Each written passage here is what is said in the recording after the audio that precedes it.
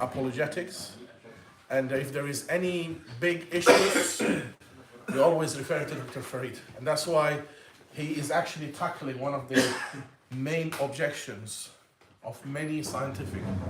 Is it creation or is it evolution? Is it creation versus evolution, or is it creation only? I'll leave the question to be answered by Dr. Farid. All yours, Doctor. Thank you, Abuna, for this nice introduction. I'm very happy to be with you today. Thanks for inviting us to be here. Actually, I wanted to look at the title itself, creation versus evolution. When we say creation versus evolution, this doesn't mean that we are struggle against the evolution and the evolution is against us. We didn't make this thing. This debate came naturally, actually, by two worldviews. We, as believers, we adopt the principles as the Bible learned us that God, in the beginning, God created the heaven and the earth. And at the same time, there was another view emerged over years as Abuna spoke to us about the progress and development of the evolution theory, and there is another theory called evolution. And people started to ask, is it creation or evolution? From where we came? Because this is actually an existential question, very, very important question. So let's go into our talk and we will understand more and more. It's not moving.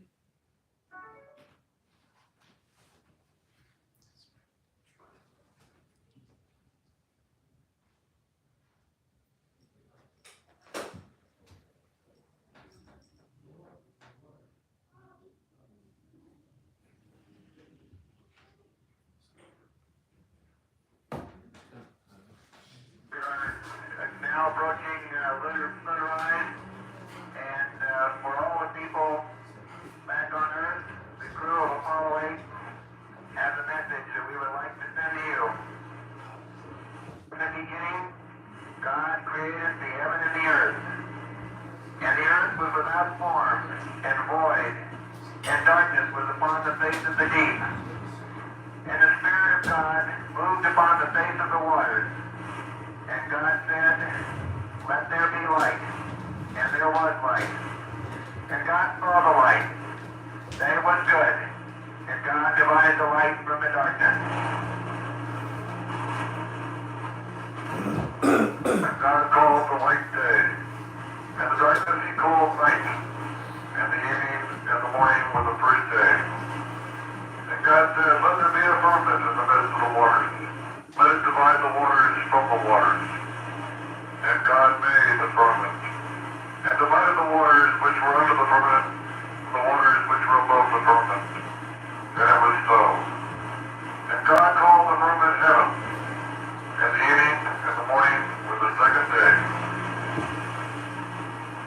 God said, let the waters under the heaven be gathered together into one place, and let the dry land appear. And it was so. And God called the dry land earth, and the gathering together of the waters called he seas. And God saw that it was good. And from the crew of Apollo 8, we close with good night, good luck, a Merry Christmas, and God bless all of you on the good earth. Okay, have you seen this before? No, is that when the first? It is the message broadcasted from the spaceship Apollo 8 when they arrived to the moon. This was in the Christmas Eve, December 24th, 1968. And they started reading, so the message they sent to the world, they started reading the parts from the first chapter of the book of Genesis. In the beginning, God created the heaven and the earth. You haven't seen this before? Okay. So this was what broadcasted. So today we will try to think together. Is it creation or evolution? It is not a debate, it is not a challenge, it is a trial of thinking. We need to think to understand, okay? And actually, Socrates said, the unexamined life is not worth living. We need to understand because our life is precious. Those who don't wonder about the contingency of their existence are mentally deficient. Arthur Schopenhauer. So every one of us asks some essential questions. I ask usually, from where did I come? Where did all biological life come from? We question usually in ourselves about the origin. What is the origin? Also, we question ourselves all the time. What is the purpose of this life? What is the meaning? What is there really right or wrong? We question about the morality.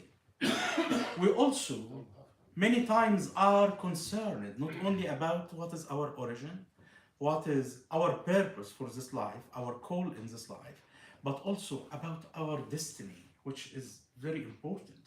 What happens at the point of death? It is about destiny. They are very, very essential questions. And actually, if you look at all the philosophers all over the time, human beings or thinkers, all people are thinking about these questions. From where we came, what is our purpose, and what is our destiny at the end?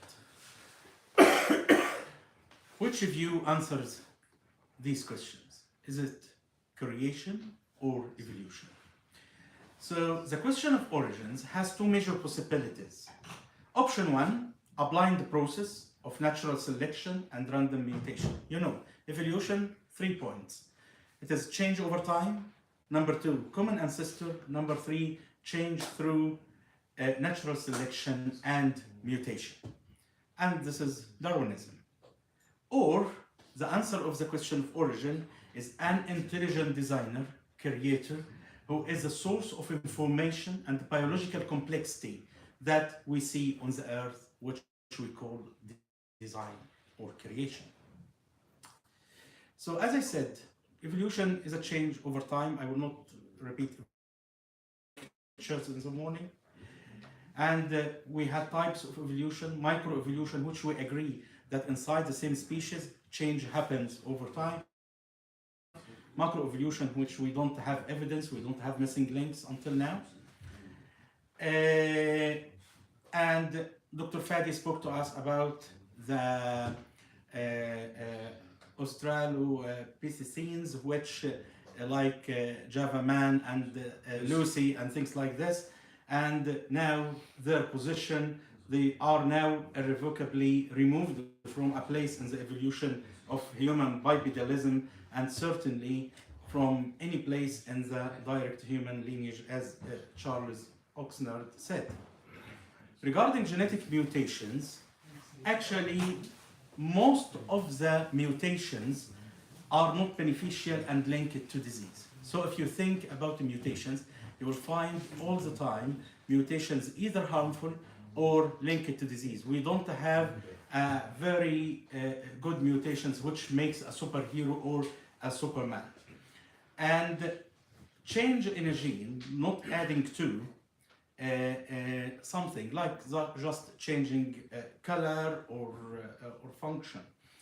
And for any mutation to happen, it should happen in the gametes, in the sperms and the ova, to be inherited. Otherwise, it will not be inherited and will not be passed to other generations.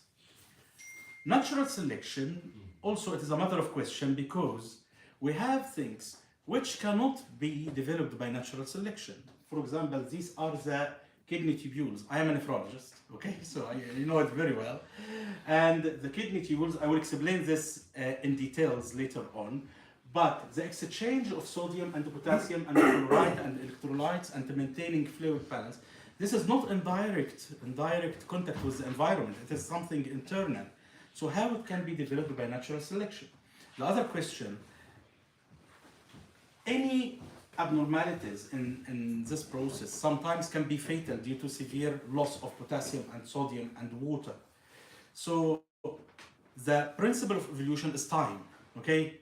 So how the humanity will sustain such time from one person to another without death until this is established inside. So this cannot be explained. Yes.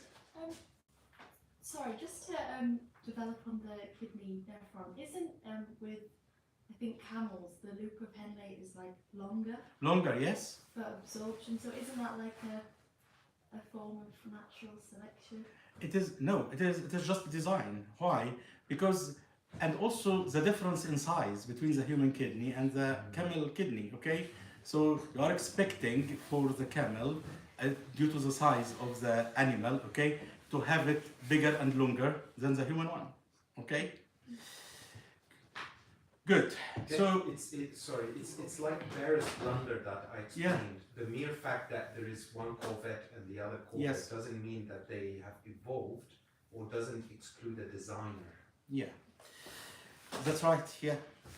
So evolution falls apart as explanation of creation events. Evolution doesn't have an answer to the creation of the universe itself, because what is the natural selection or mutation in the universe, as we will see now. And evolution doesn't have an answer for the creation of life. From life and the living material came, we don't know, and even Darwin didn't explain this. Evolution is less supported by science than creationism. This is very strange for you, but yet most people have been convinced of the opposite. But we'll see how science now is supporting creation more than evolution. So Ron Carlson said, in grammar school, they taught me that frog turning into a prince was a fairy tale. In the university, they taught me that a frog turning into a prince was a fact. Let's start. So I will spend some time about creation. First of all, we need to understand what is our understanding for the creation itself, okay? So in the first verse of the book of Genesis, in Arabic, في البدء خلق الله السماوات والأرض. In Hebrew, Brashit Elohim, Brashit bara Elohim Shamayim and Ha'eretz. And in English, in the beginning, God created the heaven and the earth. Okay? So, first of all, this statement is against two models. Against the infinity old universe model. So some people had a concept that there was no start for the universe. It is infinite, okay? But here it's saying in the beginning, so there is a start. And now science supports this, supports that there was a start, as we will see now. Second, it is against the Hindu doctrine of a universe that oscillates forever through cycles of birth, death, and rebirth. This is the Hindu concept that the universe comes into end, and then another cycle, and then another cycle, and another cycle, and so on. So it doesn't say that. It says in the beginning, God created the heaven and the earth. And here, God is there, works inside, outside, and beyond the limits of time and the place. So God is outside the time. He created all things, heaven and earth, and all things at the start, and he created the time itself. So in the beginning, he is the start of time, space, and the universe. So in the beginning, God created heaven and earth. What does it mean by heaven and earth? It means the universe, the whole world. So why he didn't say the universe? Simply because there was no word like this in the Old Hebrew. The Old Hebrew actually has limited words. The Old Hebrew dictionary is 3,000 words, okay? And there were no terms like this. So for the Hebrew man, when you are saying heaven and earth, this means the whole world, the whole universe, okay? The first verb, Brashit bara. Brashit في البدء, in the beginning. Bara means created. And this is a verb for one subject in the Hebrew language. It is only for God, which means that God and God only is the creator. This is very important because at that time, when Genesis was written, around them, all the nations adopted that there were many gods, and the many gods created the world, and there were good gods and bad gods, and good gods, they created the good things, and the bad gods created the bad things. But the Bible here, coming against all the concepts around the Babylonians, Egyptians, and all of them, and saying, no, at the beginning, God created the heaven and earth, created everything. So, it also, this verb, denotes creating something new, which we call creation ex nihilo, or out of nothing. Out of nothing. This is the meaning of the verb in this word. So, we have now a few principles about creations. So, there is a start for the universe, first point. Second, there is a creator who is God, who created the heaven and the earth. All things are created by God. There is no other God. And number 4, creation happened from out of nothing. So it is creation ex nihilo. All these 4 principles is from the first verse in the book of Genesis. Okay?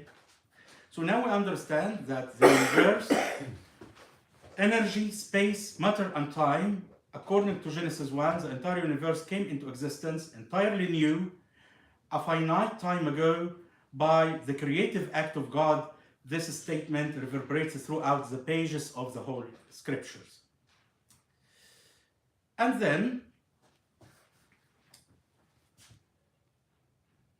and the earth was without form and void, and darkness, and the Spirit of God was hovering over the waters. Okay? So here, void and empty, Tuhu Vabuhu in Hebrew. There was a theory called the gap theory, which we don't agree with, and they translated, and instead of the earth was void, they translated into became void. And they said, oh, when God created the earth, everything was okay and was good, and Satan destroyed the land. This gap theory was actually invented by a Scottish man, but we don't agree with. Why? Because it is very clear that when God created the heaven and the earth was void and empty. And this is actually consistent with science, because when the earth is separated from the sun as a fire pole, and it started to lose its temperature gradually, it was void and it was empty.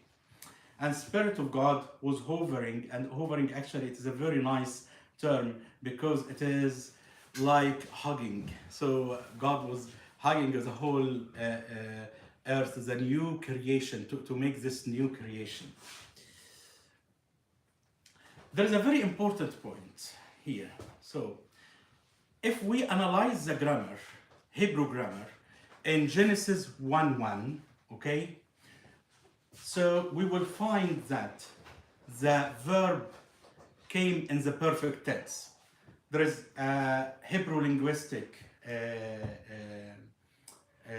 expert called John Collins. So John Collins said, the verb created in Genesis 1:1 is in the perfect, and the normal use of the perfect at the very beginning of a pericope, an excerpt from a text, is to denote an event that took place before the storytelling gets underway. What is the meaning of this? This is very, very important. This means that the Hebrew verb in the beginning, God created heaven and earth, is in the perfect tense. Usually they used to use this to express something which finished before the start of the story I will tell. Oh, this is very important. This means that I don't have time here. I don't have time. So when science come and say that the universe was formed 13.7 billion years ago, I don't have any problem. Why? Because here there is no time in this when God created the heaven and the earth. Said it's created heaven and the earth, and full stop. The earth was void and empty. Spirit of God was hovering over the waters. Full stop. And God said, "Let be light," and it was light. It is starting telling us about the days of creation. Okay, so this happened after that. So between the creation of the universe and the start of the first day of creation until now, we don't have time at all. So let science, let academics do their work Let's say calculate the age of the universe, 13.7 billion, we agree. If they come next year, oh, we had miscalculation, it is 15 billions, we agree. If they come the following year, said no, the calculation now is more accurate, it is 10 billion, it's fine. Even if they say it is 10,000 years, do you understand me? So from this point, we don't have any problem from the Bible at all. Good. So, Are you talking about just the beginning, or are you talking about the days? no, I am going to the days. So I'm taking it bit by bit because it is written like, do you know when you write a scientific paper, okay? When you write scientific paper, you put certain definite statements. So in the beginning, God created heaven and earth, full stop. The earth was void and empty. Spirit of God was hovering over the waters, full stop. And God's, so each sentence carries a fact. Do you understand me? Like when you write a paper. So here, between the creation of the universe and the first day, we don't have time, okay? And let's go to the word day, okay? So the word day here, it doesn't mean 24 hours day, okay? It means a period of time. We don't know. It may be days, years, tens of years, thousands, millions of years, okay? It doesn't matter, okay? And I will prove this to you from the Genesis itself, okay? So the days of creation is not 24 hours. And the first evidence that according to the Bible, sun and the moon are in the fourth day, okay, which controlling the 24-hour cycle, okay.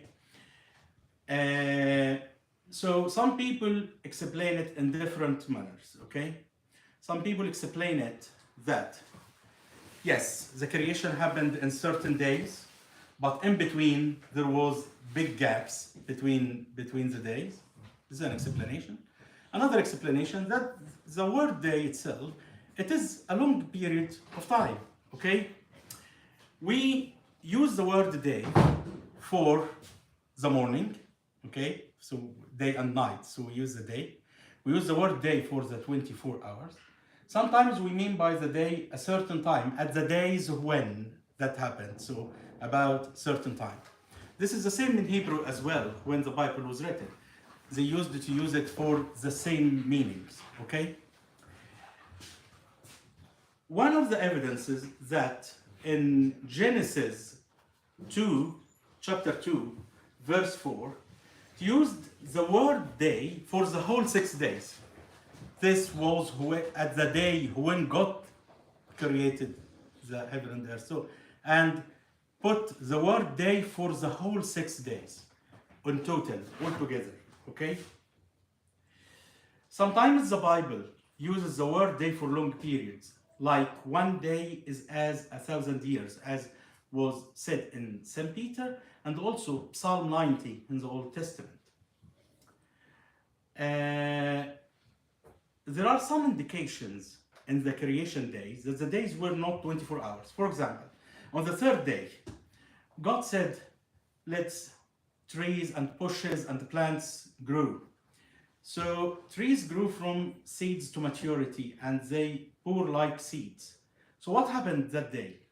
Did it start by the whole trees and then the seeds came from it? Or started by the seeds and started to grow over time, okay, to make the whole plant, okay? On the 6th day, it is very clear it is not 24 hours. Why? Because animals were created, Adam was created, Adam went to sleep, named all the animals, thousands of animals, and looked for a helpmate and went to sleep, and Eve came from his side.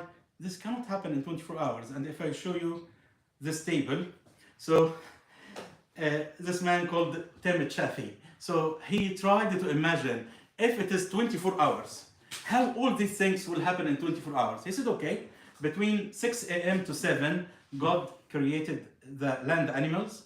7 to 8, God created Adam from dust. 8 to 9, God creates the garden and puts Adam in it. And 9 to 11, Adam tends the garden. 11 to 3, Adam names the animals. Of course, he gave it 4 hours because he will name thousands of animals. And 3 to 5, Adam sleeps and God creates Eve from Adam's rib. And 5 to 6, Adam and Eve meet and God tells them that they should and should not eat. And actually, there is not enough time for Adam to get lonely between 2:59 to 3 p.m., which is actually not logic. All the events in the 6th day itself, it takes ages, takes time and time. Creation of animals, creation of Adam, creation of the garden, and taking Adam to the garden, and letting him give names to the animals. So this cannot happen in a day. And another important proof as well is that we are, I will return back, we are still in the 7th day until now. You know, when you read the Genesis, every day the Bible used to close the day, and it was night and morning, another day, and so on. But in the 7th day, he said that God rested from all his work as creator, and until now, and as St. Paul said in Hebrew 4:4, that God is in his rest from creation, and until now we are in the 7th day. Of course, as Christians, by the resurrection of our Lord Jesus Christ, we are living in the 8th day, which is the 8th liturgical day of God's kingdom, but we are really in the 7th day for thousands of years. So this is also explained to us. We don't have any problem when they come and say, oh, we found fossils from 250 million years. Okay, there's no problem. We know that the days were not literal years, it were actually periods of time, and for the creation until the presence of human. Yes, Abuna? One thing is actually just to clarify, it doesn't mean that God cannot create within a second. Yeah. We are not saying that's not possible. No. We are not saying that. We're saying that we don't have a problem if it takes millions of years. Yes. But we are not saying that God cannot create in a second. Because for sure, when created Adam and Eve, he created them in a second, actually. Or less than a second. Less than a second. But we mean the whole events itself took long time. So for example, he created Adam, and we can't imagine that he created Eve in the same day. So this happened after some time, and so on. And he created the plants, and actually when we say that God ordered the earth to the dry land to appear and the recession of the water, of course this took time to happen, okay? But we saw actually God creates in a second. When he created eye to the born blind, he made the eye go and wash in the pool of Siloam, and yes, so he can. But we explain what the Bible says. So the Bible itself, and you will ask me the same questions as the first question, when we said about heaven and earth, okay? Why also the Bible didn't use the word period of time instead of the word day? It is the same explanation, because of the limitation of the Hebrew language, because this was the term. Usually when we read the Bible, we need to know what was the language the Bible written with, and the circumstances and the context, to understand exactly what is happening. Okay? So now for the creation, we have no contradiction at all with science, from the age of the universe, from the age of the fossils, from the age when they speak about millions of years, and so on. If we go into the days of creations, so here God was describing to us how things were formed, but it doesn't go into deep scientific knowledge. Why? Because it is not a science book. The Bible is not a science book. The aim of the Bible is to inform us about God and to build a relationship with Him. So here was very important to tell people that all things created by God, not like the other nations, and this creation was for the sake of man. God created everything and then put the man as the crown of his creation, because the man is a beloved person to God. So in the first 3 days, God created the kingdoms, created light in the first day, and the sea and the air in the second day, and third day the land and the plants. And then fourth and fifth and sixth day he started to fill them. So the sun and moon, fish, birds, animals, and man. You may ask how God created light in the first day and the sun and moon in the fourth day. Actually, we have more than an explanation. I will tell you a few explanations and all are acceptable. So one of them, to understand the first chapter of Genesis, it is like a man standing on the earth and looking after him and describing what God did for us. So in the beginning, God created the heaven and earth. The earth was void and empty, and the Spirit of God was over the waters. God said, let's be light. So when the earth was a ball of flame and it had many vapors around, of course there was light in the first day, because if we accept that the earth separated from the sun was also a ball of fire as well, and there was light in the universe. But this light could not pierce this cover around the earth of vapors and reach it. And gradually in the first day, God started to make the atmosphere to be more clear, and it became more clearer actually after formation of the moon. Formation of the moon, actually, if you read about it, it helped to make the atmosphere more thinner and more transparent to have the light there. So God said, let's be light. And there was light. And then in the fourth day, God regulated the movement of the moon and the sun and all the nature. So there was day and evening, but not as we know 24 hours since the first day. This is an explanation. Another explanation, that in the first day, God created the light because, as I said, the sun was in place and there was light in the universe. And in the fourth day, he separated or regulated the work of the sun, the work of the moon, the regulation, gravitational powers and things like this, and started to regulate the 24-hour cycle. So in the first day, talking in general about the substance of the light and about the regulation of its order in the fourth day. So we learned many things, actually, from few verses about creation in the first chapter of Genesis. So we are not understanding the word day literally, okay, 24 hours. We don't have time in the first verse when God created the universe, so let science do its calculation, okay? We said that God created ex nihilo, from nothing. The most important thing is that also the first chapter of Genesis, putting delineation and putting boundaries between the creator and the created structures. This is very important, as we will see now. So the creator, he is uncreated, infinite, eternal, necessary, and changeless. But the creation is created, is finite, temporal, contingent, and changing. This is important. Why? This is a comparison between Genesis 1 and Enuma Elish. Do you know Enuma Elish? What is Enuma Elish?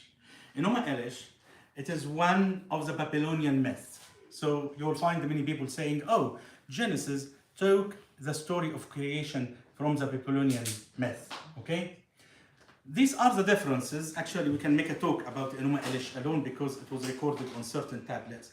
But simply, it talks about the creation and describing that there were group of gods and they were in battles with each other. And then the great god Marduk, he took the god Neamat and he separated it into twice and made from her the earth and the heaven. and then decided to create man. And why to create man? Because actually the gods felt very tired and they wanted to bring the man to serve them. Okay? So this is completely different. So let's look into the comparison. In Genesis 1, there is one God. In Enuma Elish, there is a pantheon of gods. In Genesis 1, God created an ordered world by the authority of His word. Here, the world was formed as a result of battles among the gods. No part of the physical world is divine. This is very, very important. No part of the creatures is divine. No part is God. But in Enuma Elish, the sun and the moon and other physical objects are gods that control the fate of humans. And so they used to worship the sun and to worship the moon as well. But one of the aims of Genesis 1 is to say that all these things are created. It is not something to worship. And God declared all parts of creation good. God is good, and all what He made was good. Okay? But in Enuma Elish, some physical structures are related to good gods, others to bad gods. And so there was dualism between good and bad.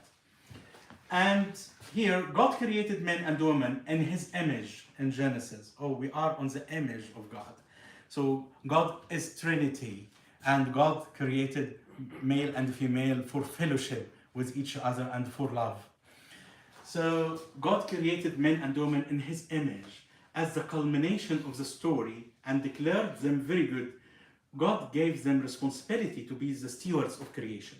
But in Enuma Elish, humans are made as an afterthought at the end of the story from the flesh of a defeated God to be slaves to the gods. No, we are not slaves to God. God created us to be His lovers and to have a fellowship and a relationship with Him. This is completely difference between both.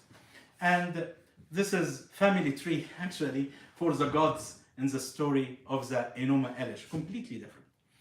So let's go into this one. This is an important thing to give us certain imagination. So we solved the point of the long time of the universe, 13.7 billion, we don't have a problem. About the days of creation, we don't have a problem as well. But the last question is about Adam and Eve. So when did Adam and Eve live in the world? Actually, until now, this is a matter of controversy, okay? And there are some papers. So at the start, they said that the universe 13.7 billion, the Earth 450 million, and Adam and Eve 400,000 years. And papers started to investigate this, and with advancing science, they started to use the mitochondrial DNA, because all of us inherit the mitochondrial DNA from our mothers. And in males, they started to look at the Y chromosome, because males, they inherit the Y chromosome. And then the number from 400,000 started to go down, down, down. Now they are saying it is between 60,000 to 100,000. Other people argue, no, this is actually less than that. Why? Because the agricultural practice started about 11,000 years only on the earth. And it was the first thing the man did on the earth is to cultivate the land and do this. So it may be shorter. And some people now are using the science of statistics. And they are saying, no, it is not reaching 60,000 or something like this. No, it should be shorter than this. Why? Because the number of people on the earth now, which is 7 to 8 billion, if the duration is very, very long, we should have many, many people. And actually, this table can show you this. So we started to look at potential growth of humanity during the lifetime of Adam, okay? So at 0 point, we had 2 couples, and the total population was 2. And he started after 40, 80, 120, so with the growth of people. So for example, at 240 here, you will find 852 couples and 4,000 population, 4,000 newborn, and the total population is 5,800. And then 400 years, 837,000, and in 440, 2,894. And this is logic actually, because for example, in the book of Exodus, when Jacob came with his family to Egypt, the number was 75 persons. After 400 years, when they left Egypt, they were 2 millions. So when they put here statistically this calculation to 440 and they make it about 2.8 millions, yes, this has happened also with the Hebrew people. And so 640, oh, it is here 1 billion. So if we leave it, actually this may be a bit putting higher numbers, but statistically, the number of people on the earth now cannot come from, for example, 100,000 years. It should be shorter and shorter than this. So this thing which is emerging. So what about the Bible? So in the Bible, if we look at for example, in Genesis 11, when it speaks about Eden, so it mentions that at the time of belling, when the land was separated, if he means the land was separated by the bridges which the ocean went up and covered it, like there was a bridge, land bridge between UK, between England and France, one between Korea and Japan, another. So if he means this happened about 1100,000 years ago. So it will not be like 60,000 or less. Also, the things discovered in the Chauvet cave in France was about 36,000, and in Germany it is 35,000. So it will not reach that, but this is a point still open for debate. So I think I took long time, that's right. We still have about 10 minutes. Oh, 10 minutes. I'm too late. Okay, so I will go very quickly through the following slides. So the evolutionary formula, so I gave a highlight on the part about the creation at the start. And as you can see, many things are consistent with what science is saying. So evolutionary formula, matter, energy and time, and chemistry equals life. This is in evolution. So Darwinism and its underlying premise of naturalism, I would have to believe that. To believe that what? Nothing produces everything. Non-life produces life. Randomness produces fine-tuning. Chaos produces information. And consciousness produces consciousness. Non-reason produces reason. If I look at this, for example, of course, when I look at the faces here, which are the faces of 4 of the American presidents, as you know, for sure, and I look at the ridges here, so I will understand these are natural causes because these are things random and not producing anything of significance or meaning. But when I look at this, this is designed, for sure someone did it, okay? So let's look, the momentum of evidence goes from complexity, elegance, and information.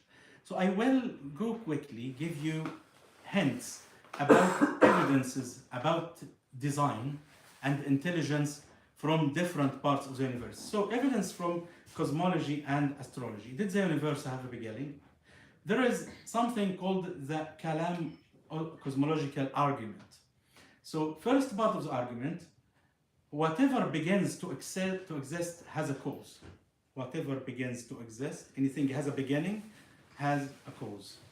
Second premise, the universe had a beginning. And we know now that all the scientists decided that the universe had a beginning.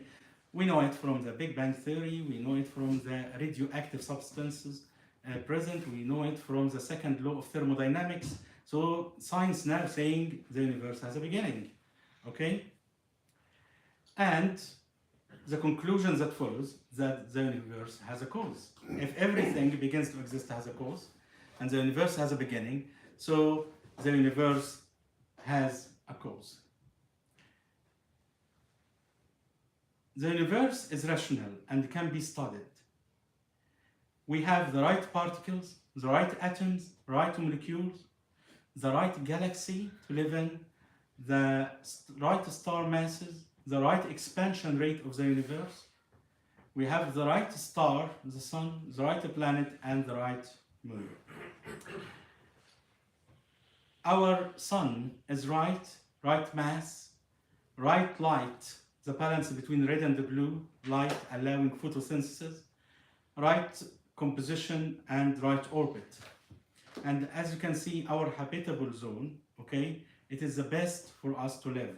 If we come nearer to the sun, we will burn. If we go further, we will turn into a cold planet. We have also Jupiter and Saturn, which have protected life on the Earth for millions of years by shielding us from comets, preserving life as we know it.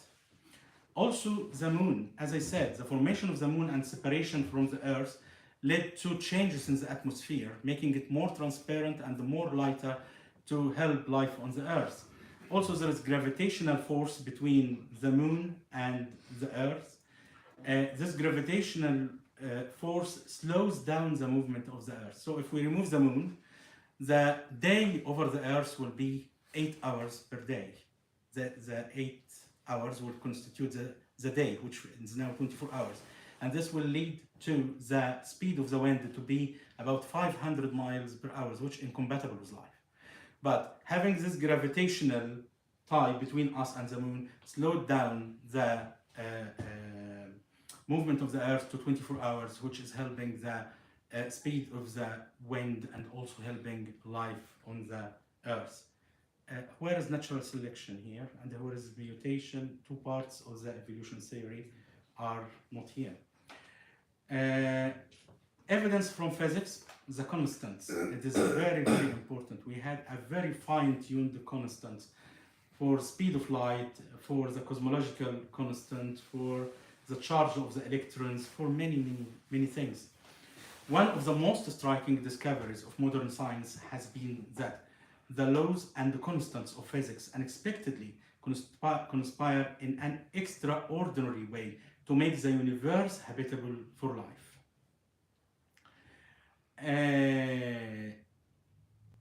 This cosmological constant. I am going quickly to catch this 10 minutes. Evidence from biological information. This is very, very important. We have the cell. The cell, it is like a city. You can write books about the cells. You have the cell wall.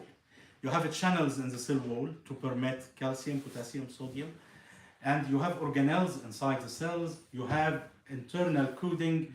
You have ribosomes to read for the formation of proteins. So you have very complicated structures inside the cells. And you have, of course, the DNA helix, which is 6 feet of DNA coiled inside. And when they discovered it in 1953, they started to realize that there is alphabetical codes. And later on, we knew that these were the genetic codes which generate certain proteins for formation of information. So the DNA transcribes the RNA, and from the RNA, the protein is formed, and the ribosomes read the nucleotides and the genes and read the message to form the proper type of protein. Is it design or haphazard? If we find something like this made like a computer or things, oh, a very intelligent man did it. And when we come to such things, which is very organized and meticulous, we say, no, it is just by chance, by random selection. Of course, in addition, Stephen Meyer spoke a lot about the Cambrian explosion, and Dr. Fadi spoke about it.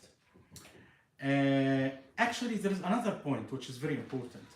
Genetic information should be there from the start of reproduction, from the first couple.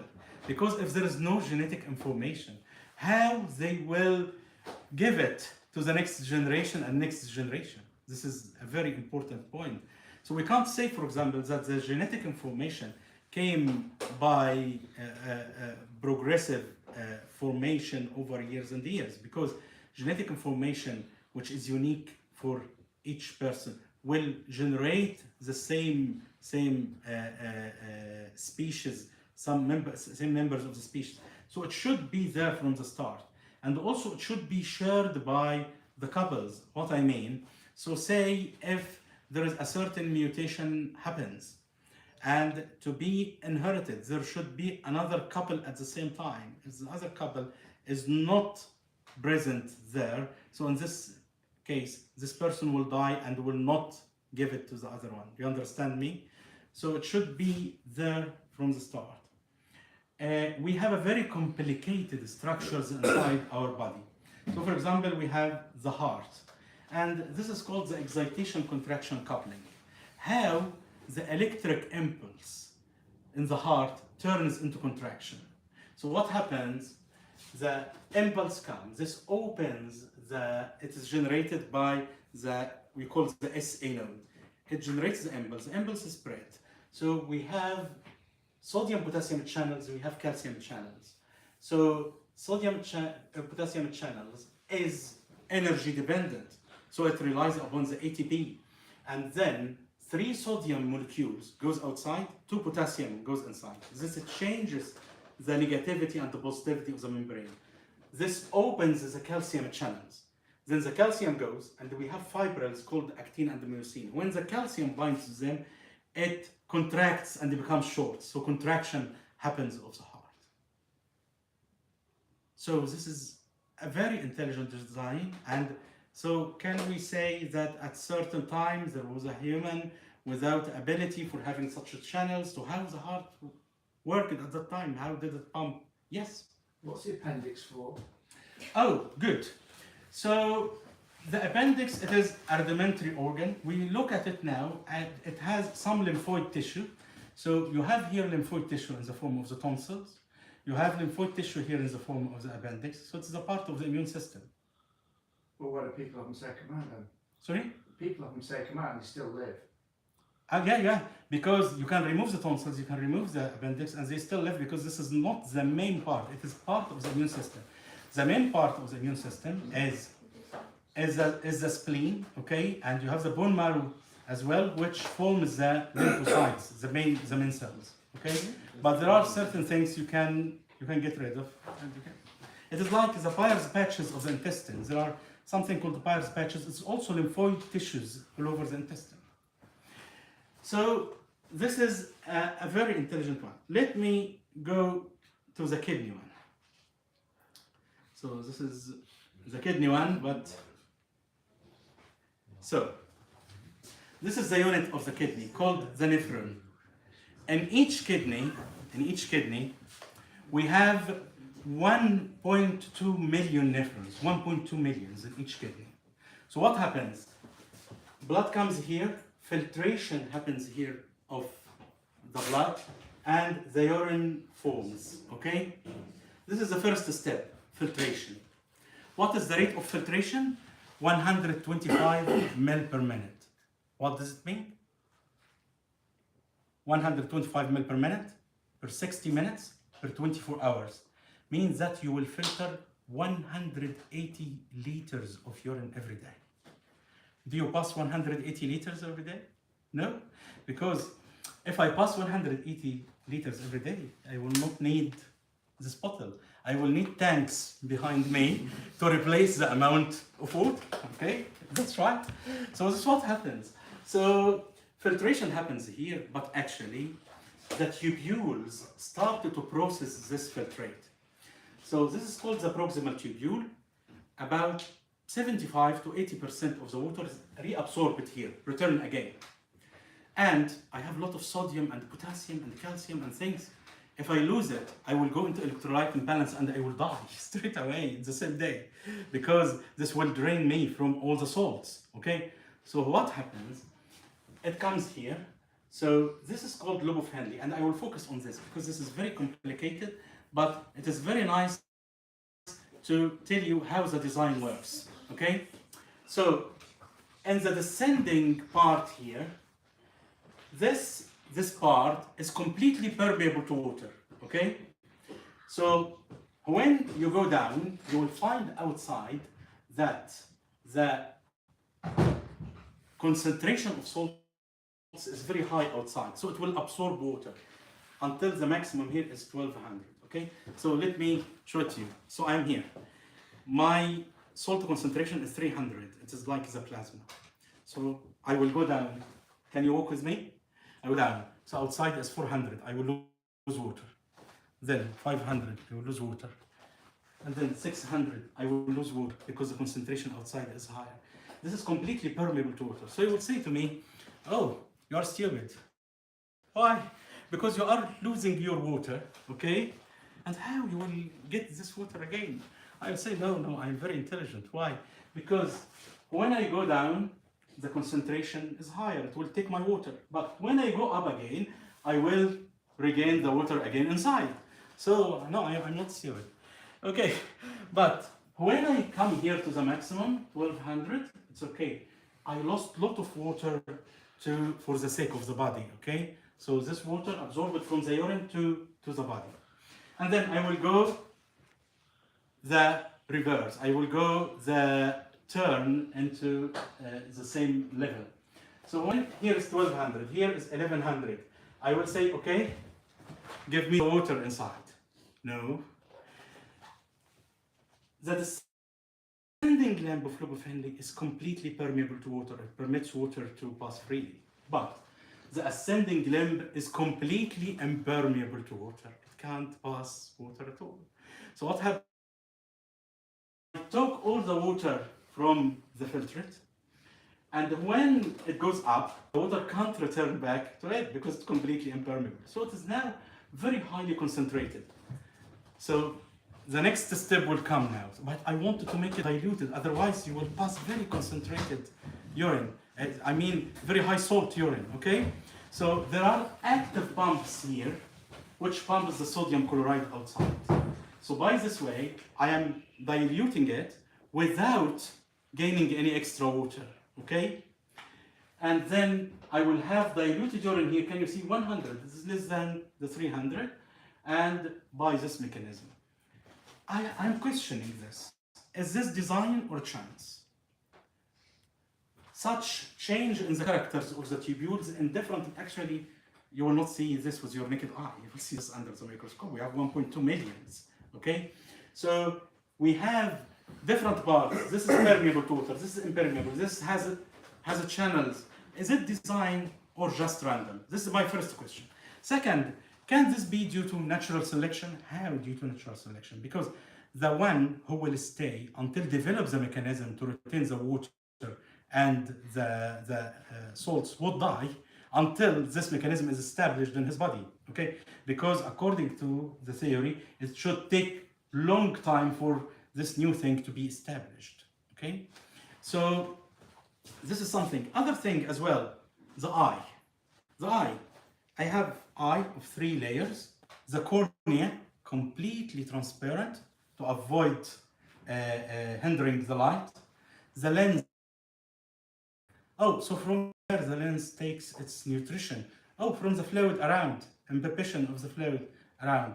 And then the picture goes to the retina. Retina, 10 layers. And 10 layers with different neurological receptors, which end by a nerve. And this nerve carry the picture, and there is crossing here in the middle called the chiasm. And then the picture will be inverted in the brain. And also, we have areas in the back for the numbers, areas in front for the drawings and words, okay? So different areas to control it. So I can say in myself that this is design. Another thing is about the brain, so let me go, which this is very important, evidence of consciousness. Actually, people who are studying the consciousness, now they realize that the mind is different from the brain. And what the mind is doing cannot be explained by the chemistry and physical structure of the brain itself. And we have the Nobel Prize winning neurophysiologist John Eccles. concluded from the evidence that there is what we might call a supernatural origin of my unique self-conscious mind or my unique selfhood or soul. He said, as the religions say, that it is soul. There is something else about the consciousness. So let's go to this. I finished nearly. So the last slides is just to recap. So I borrowed the post slides from Dr. Stephen Meyer presentation in Stevenage. So how can all this happen all together? Can you imagine that I was talking about the kidney, and there is another mechanism for the heart, another thing for the brain, another thing in the universe, another thing in the physics, many things complicated all together.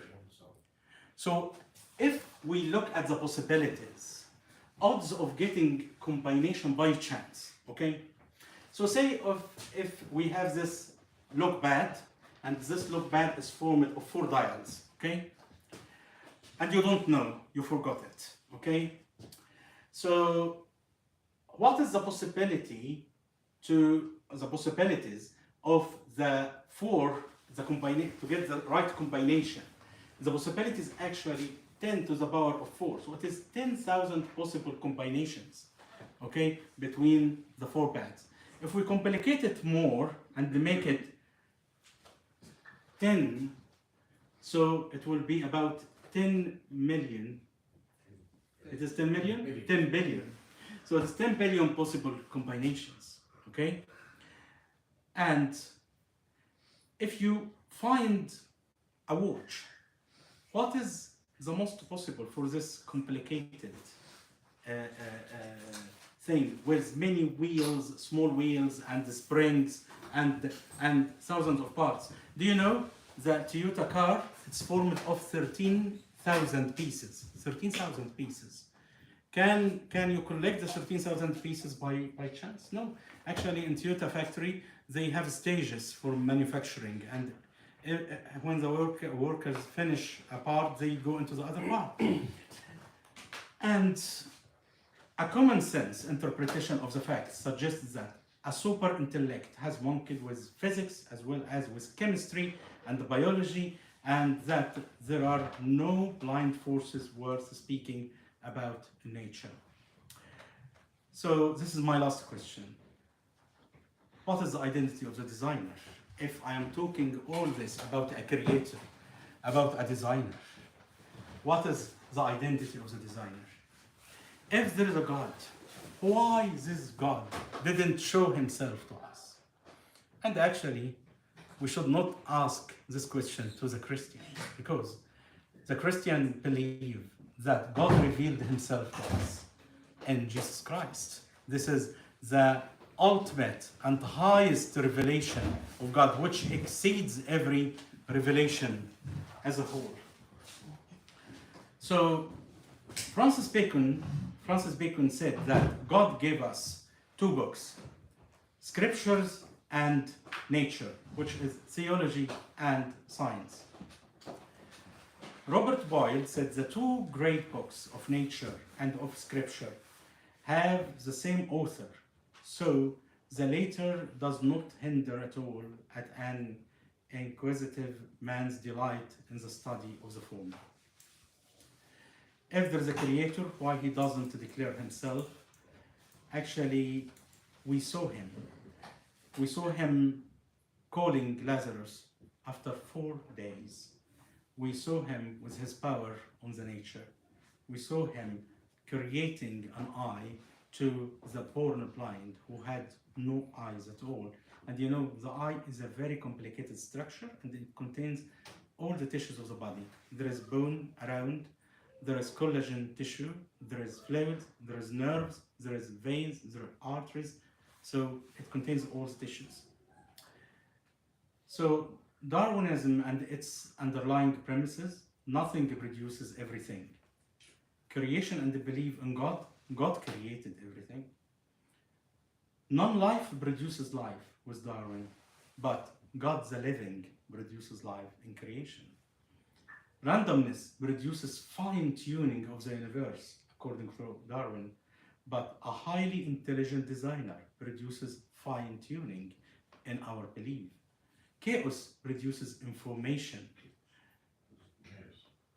Wisdom of God produces information. Wisdom of God produces information. And consciousness produces consciousness according to Darwin. But consciousness produces consciousness in our belief. Non-reason produces reason in Darwin, and the great mind produces reason in our belief. So, if we believe in Darwin, no transcendence, no life after death, no absolute foundation for right and wrong, no ultimate meaning for life, no value of humans, no free will. And if our conclusion is creation, transcendence, there is life after death, absolute foundation for right and wrong, ultimate meaning for life and purpose, and great value of humans on the image of God and the free will given by God to us all.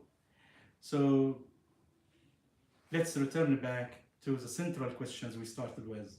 Where did all biological life come from? What was the origin? What is the purpose of life? The question of meaning. Is there really a right or wrong? The question of morality. What happens at the point of death? The question of destiny. Which of you answers the questions? Creations or evolution? Thank you.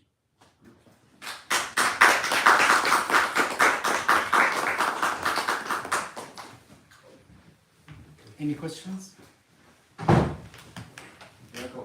Yes.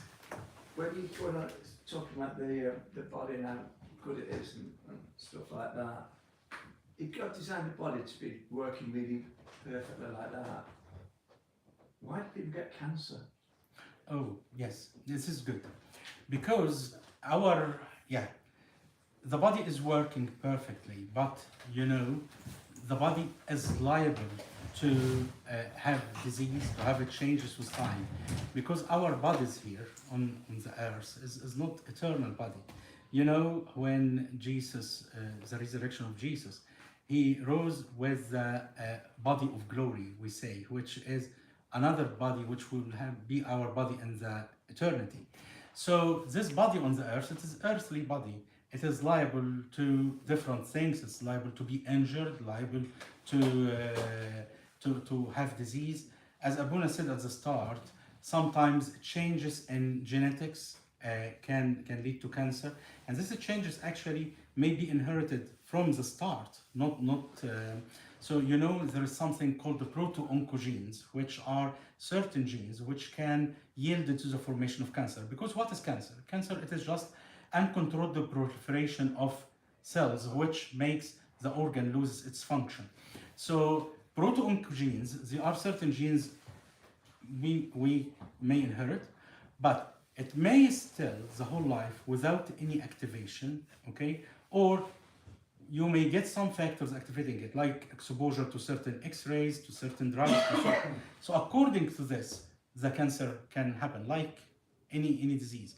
We are people in the world, we are actually exposed to dealing with different factors. Some of the factors are natural factors, some is radiation around us, some are certain drugs, medications, which can affect us.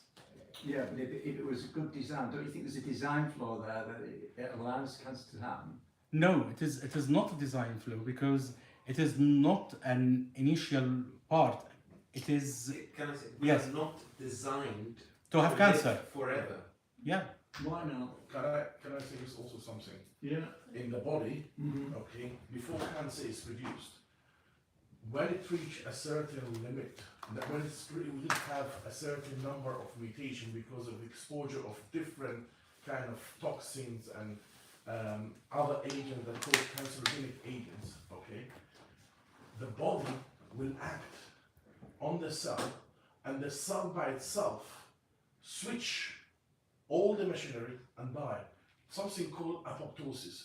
So God, when He created us, if the cell is making a lot of change, it switches itself off and die. Because of the cancer's evolution, so microevolution, because of the accumulation of many mutation, because of the external factor could be from an internal factors of hereditary, these cells become uncontrolled.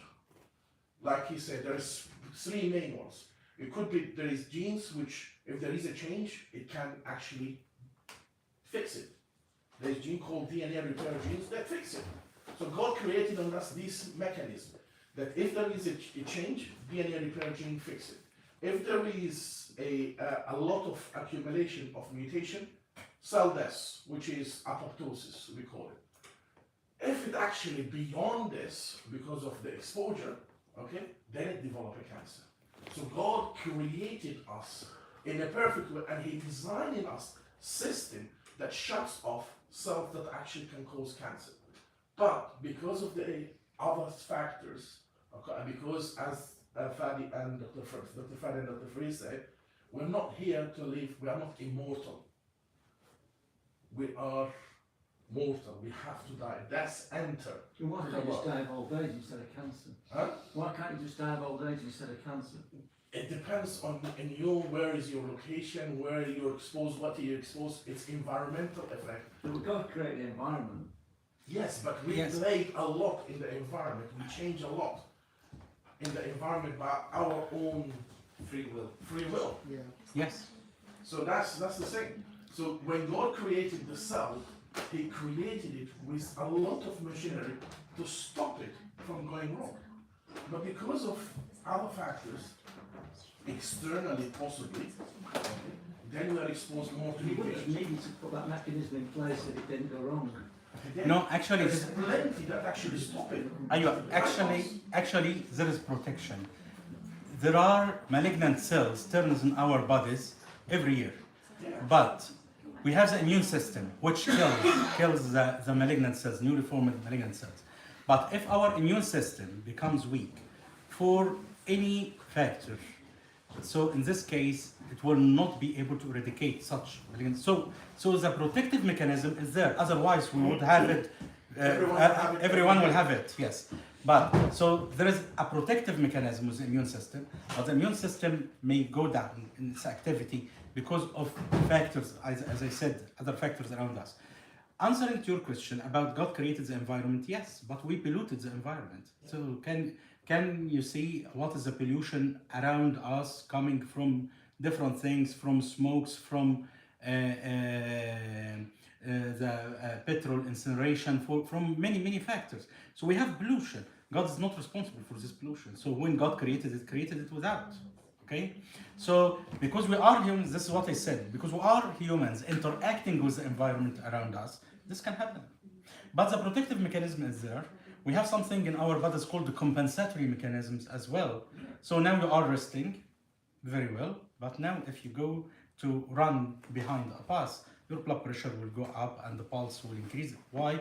To increase the blood flow to your muscles and things to help you to do this task. Okay, we call this reserve mechanism. Okay, yeah. How about when people say, so for example, my old biology teacher used to say that the eye is imperfect because there's like a blind spot in the eye, and he would say, oh, it's an imperfect sign, so clearly there isn't a creator, blah, blah, blah. A very, very good point. Okay, so first of all, she said it is imperfect design. So there is design. And if there is design, there is designer. Okay? So do you agree with me? So as we saw together, that many layers and many things. So if we say the word imperfect design, so there is a designer, but we accuse the designer that he did it imperfectly. But the point here, that when the maker makes something, he tries to reach the optimum for everything, okay? So for example, you can't have eyes in your back, okay? And looking from the front and the back. Actually, it would be very ugly for us to be like this. So when God created the eyes and put the eyes in its place, this is the best which you can reach, okay? You can see very well, you can see colors, you can read, so you can have, so I would say it is fit for its function, the function which I need. Yes, you can have blind spot, but actually you can look. So he created the spines movable, okay, in a good angle, so you can see. Of course, if the spine is fixed as well, and you are deprived it completely, you don't have any solution. Yes, this is bad design. Do you understand me?